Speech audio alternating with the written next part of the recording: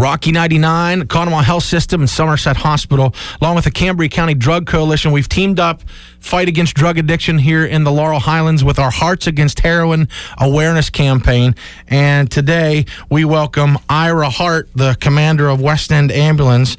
Thanks for coming, Ira. Oh, thank you for having me. Absolutely. When they said about you being a guest, we were all like, oh, absolutely. This is the kind of guy we want to talk to about this problem. You live it every day. You go through the emergency stuff every day. Now, not only are you the commander, but you go out on calls all the time. Yes, I'm always out there. In a month, how many calls do you say percentage are drug-related? Percentage-wise, I guess the impact, if you say 5%, people are like, oh, 5%'s not much. But when you look at it, responding to at least 20, 25, maybe 30 calls in a month, that's a lot. Yes, and any being way too much. Does law enforcement, have they now responded along with you more often, or how does that work? To our benefit, law enforcement's always backed us up, but on any overdose, we always have law enforcement there. So as soon as the call comes in, it's pretty much given that they're going to be there. It's a dual response. They're there all the time for us. And are you seeing a lot of repeat offenders very often now? We do have a number of repeat offenders, and that's pretty heartbreaking.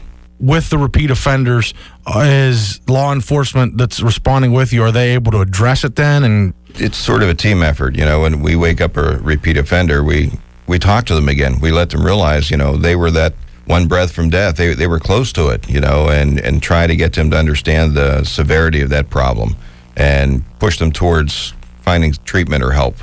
Now, take me through what happens you're on the scene of an overdose. How do you determine an overdose is, first off? And I know you guys have the training for that, but just take me step by step how that works. Many times on an overdose, we'll show up and, there'll be drug-related paraphernalia still there. However, if there's not, we'll assess that patient. We'll pinpoint pupils. We'll have respiratory drive that they may be only breathing 3 to 4 times a minute. Positive signs if we have an overdose that we have to take care of. 3 to 4 times a minute. Correct.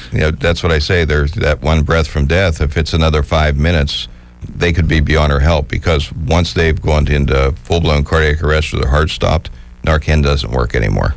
With the change in drug epidemic here in the Laurel Highlands, what has changed protocol for you guys? Protocol-wise, from the state down, we carry more Narcan than we ever did. We have doubled the dosage that we can actually give, because some of the drugs now that we find have become more powerful. There's other drugs out there that we haven't run into yet, like carfentanil. We're not sure if we can reverse the effects of it. What determines, I have to administer Narcan? Is it given to any patient that's suspected of drug overdose, even if you don't know, or is it like a catch-all, or how does that work? Narcan is a pretty safe drug, let's put it that way, that generally there's nobody that has an allergic reaction to Narcan. So we can go ahead and give that. They may have used other drugs, but if there's any opioids in their system, it will reverse the effects of that. Me, Joe Public, I see something happen to be at a scene of an overdose. What's the best thing to do? For the public, best thing they can do is call 911 and get us on the road in a hurry. The only tool that they would have in their hands at that time would be to do CPR. Of course, I would never advise anybody to do any mouth-to-mouth or anything like that. It would be compressions only, and just through that, you could push enough air in and out to keep them sustained till we got there. And from the perspective of Ira that sees it every day, this is what you do, you're on emergency calls 24/7. Are you seeing anything good or positive? Lately, we've seen a decrease in overdose. I hope that trend keeps going, and I would like to say that's attributed to the efforts of law enforcement, the drug coalition, education. It would be great to see those numbers to keep decreasing. We sure hope it is. I'm really excited to hear that. When you said that, I was like, wow, that's really some good news, though. We're just hopeful that that's just not a glitch, that it's a trend, and it will continue. Ira, thanks so much for coming in. Oh, thank you. All our best to you out there doing your thing. We certainly appreciate your time, Ira. Today's guest, Ira Hart, commander of West End Ambulance. Hearts Against Heroin, presented by Conemaugh Health System and Somerset Hospital, with Spangler Subaru, Martin Baker America, Yeager's Heating Service, First Summit Bank, and Rocky 99. Rocky 99.